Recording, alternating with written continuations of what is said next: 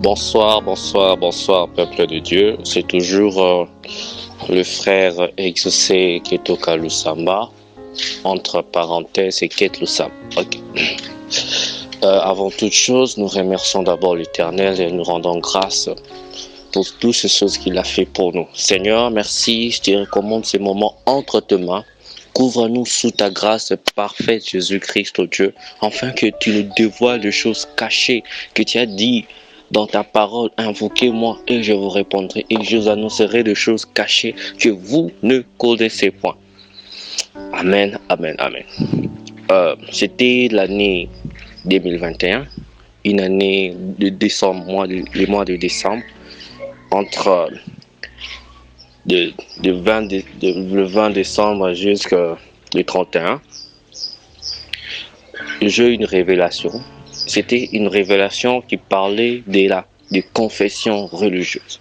Un jour, je dormais et je priais à l'Éternel. Dieu me fait grâce. Il me dit, exaucé, je ne suis pas au milieu de confession religieuse. Maintenant, je me dis, Seigneur, pourquoi toi, tu me dis ces choses? Pourquoi toi, tu me relates ces choses en question? Maintenant, il me fait revenir dans le passage quand Jésus parla aux apôtres avant qu'ils puissent partir, être avant sa crucifixion. Il dit, vous attendrez plusieurs Christ qu'on parlera, il est là-bas, il est ici. Le Christ est par là, le Christ est de l'autre côté. Or, ce n'est pas là-bas. Jésus voulait me dire que les confessions sont comme le Christ. Je n'ai pas dit que vous puissiez quitter vos églises, vous quitter les protestants, les pentecôtistes, les baptistes, les évangélistes, les adventistes, les catholiques. Non, je n'ai pas dit ça. Mais Jésus veut que les gens reviennent en lui. Parce que Jésus veut que des personnes reviennent en lui. Pas aller dans des confessions, ceci, par là. Non, quand c'est entre parenthèses, et quand par là, il me révéla ce genre de choses dans le passage, et je lui ai dit, Seigneur, pourquoi tu me révèles ça? Il m'a dit, exaucé, je suis complètement déçu dans mon cœur. Je suis complètement ravagé dans mon cœur parce que mon peuple a oublié ma personne et il s'attache aux futilités. Et un jour, je suis allé voir un frère que j'aime beaucoup, le frère Josaphat, Kembo, le roi. Je suis allé là-bas et il m'a dit que non. Il m'a donné l'explication, il m'a dit une petite explication. Il a dit que ces derniers temps, les chrétiens préfèrent la prophétie, des miracles,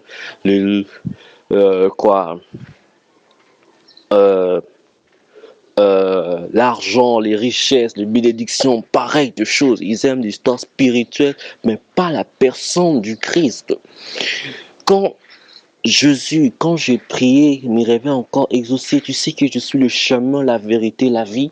Jésus a démontré sa personne. Il a démontré que c'est lui, ce chemin-là, que l'homme peut venir, que l'homme peut chercher. Les gens ne cherchent plus le chemin, ils cherchent plutôt le chemin de la richesse, le chemin du bonheur, mais pas le chemin du Christ. Car Christ n'a pas besoin de choses spirituelles, matérielles, mais il a besoin que vous lui cherchiez sa personne.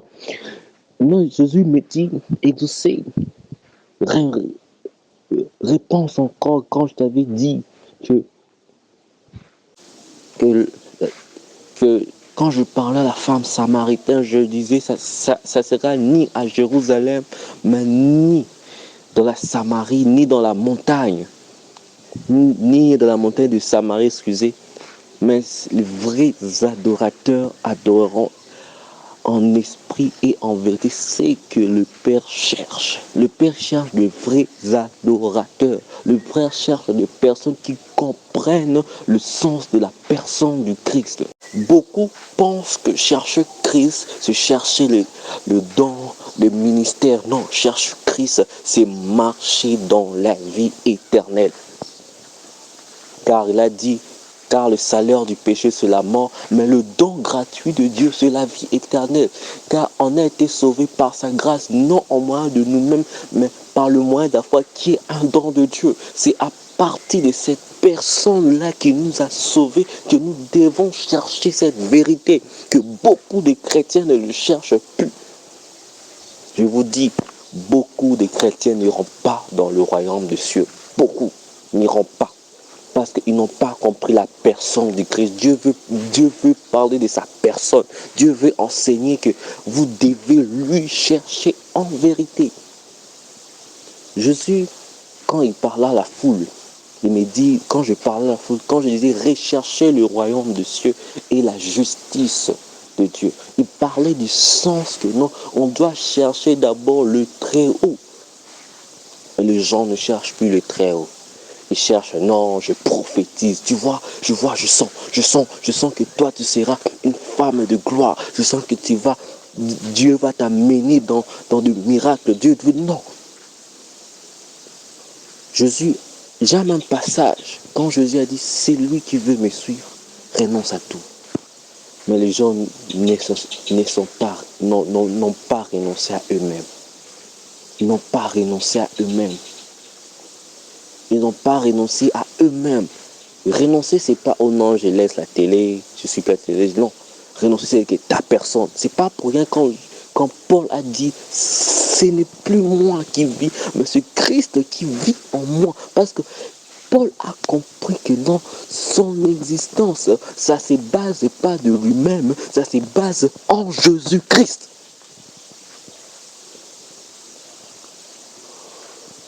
Mais le chrétien n'a pas compris ça. Le chrétien va dans des confessions, qu'on leur monte là-bas, qu'on leur dise des choses malfrats, qui est dans un naufrage, parce que l'Esprit dit expressement que les gens abandonneront la foi et s'attacheront à des doctrines de démons. Mes frères, cherchez vraiment Jésus. Cherchez la personne du Christ. Cherchez la personne du Christ qui a vraiment besoin de vous. C'est pas pour rien quand il est dit, qu'il est le médiateur entre Dieu et l'homme. C'est-à-dire que on doit chercher cette personne-là afin que nous soyons semblables à lui. Quand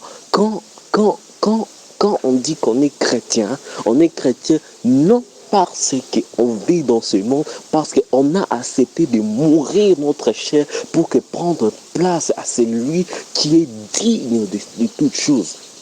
Mais les gens n'ont pas compris tout ça.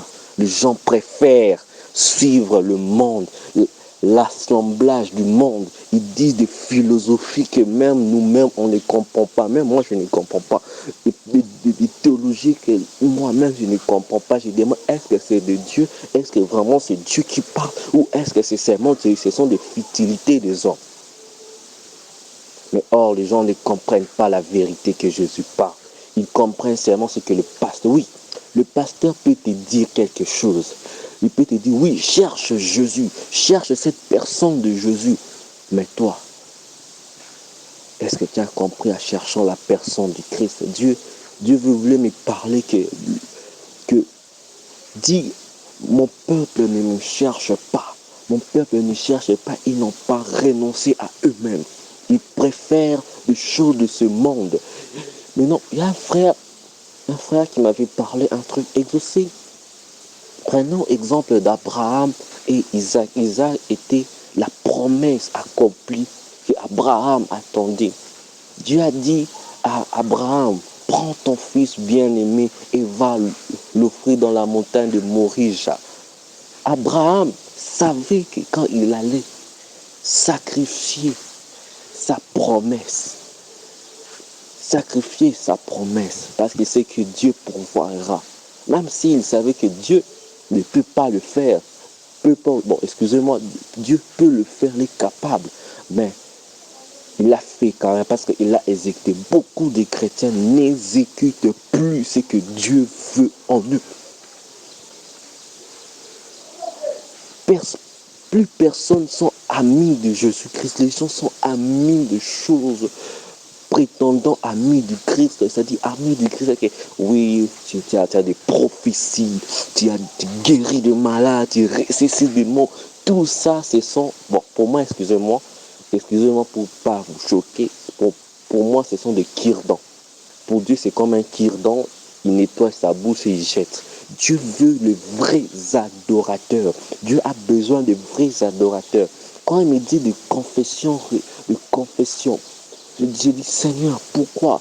Il me dit, exaucer, j'en ai marre que les gens écoutent des sottises, que les chrétiens pensent que Jésus est là. Il est là partout. Mais les gens pensent que je suis là-bas. Oui, je suis là-bas, mais j'agis pas complètement. Dieu n'agit pas complètement partout. Des fois, il n'agit pas parce que l'endroit en question, c'est mort. Réveille-toi. Toi qui dors d'entre les morts, Christ t'éclairera. Vous, les chrétiens, on est chrétiens non parce que on vit dans ces mondes, on porte de belles vêtements, on est chrétien parce qu'on a renoncé notre être pour que Christ prenne sa place. C'est pas pour rien quand il est dit que vous êtes le temple du Saint-Esprit. Mes frères, je vous bénis. C'est juste un message pour vous donner, vous fortifier que Jésus vraiment a besoin de vous. Jésus a besoin de vous. Cherchez cette lumière qui est le Christ. Cherchez cette lumière qui est la personne du Christ lui-même. C'est pas pour rien. Souvenez-vous quand en Éthiopie, on appelait les gens chrétiens là-bas. Pourquoi? Parce que les gens affichaient le comportement du Christ. Il affichait, même beaucoup de gens, beaucoup de chrétiens n'affichent pas. Beaucoup sont des qui portent des peaux des animaux, mais or ce sont des loups. Après tu vas dire que tu aimes Dieu, mais tu détestes ton frère. Si un frère a fait une gaffe, toi tu ne le pardonnes pas. Toi tu ne partages pas. Cessez de faire des choses qui fait la honte des chrétiens. Vivez cette vie de repentance, parce que la repentance, ça libère, la repentance, ça ouvre les portes. Vraiment, les gens, je dois vous dire une chose. Marcher dans la vie éternelle, c'est marcher dans l'intimité avec Jésus-Christ sur terre. Car Jésus, c'est pas pour rien quand il a dit que il y a le premier commandement, le deuxième commandement qui est le plus grand parmi les commandements, excusez, que tu aimeras ton Dieu de tout ton cœur, de toute ton âme, de toute ta force. Et on a cité le cœur. Le cœur doit être un cœur dévoué à Jésus-Christ, un cœur bon, un cœur disposé à Christ. C'est pas pour rien quand Dieu parla à David, l'homme c'est l'homme, mon cœur, parce que David, lui, c'était comment, quand il faisait un mal, il s'est repenti directement, il reconnaissait qu'il était pécheur. Beaucoup de chrétiens ne se reconnaissent pas pécheurs, ils se disent que le péché abonde et la grâce surabonde. Cessez ce genre de philosophie, cessez ce genre de libertinage dans vos cœurs. Ne faites pas de votre liberté un sujet de péché, de s'éloigner de Dieu. Non, faites votre vie éternelle un sujet de sacrifice, d'obéissance, d'amour, de beaucoup de choses pour affirmer votre incorrigibilité envers Dieu et envers les hommes. C'est pas parce que tu es chrétien que tu manges, que tu bois, mais parce que tu es chrétien que tu portes l'amour de Dieu en toi. Que Dieu vous bénisse, que Dieu vous bénisse. Shalom, shalom, shalom.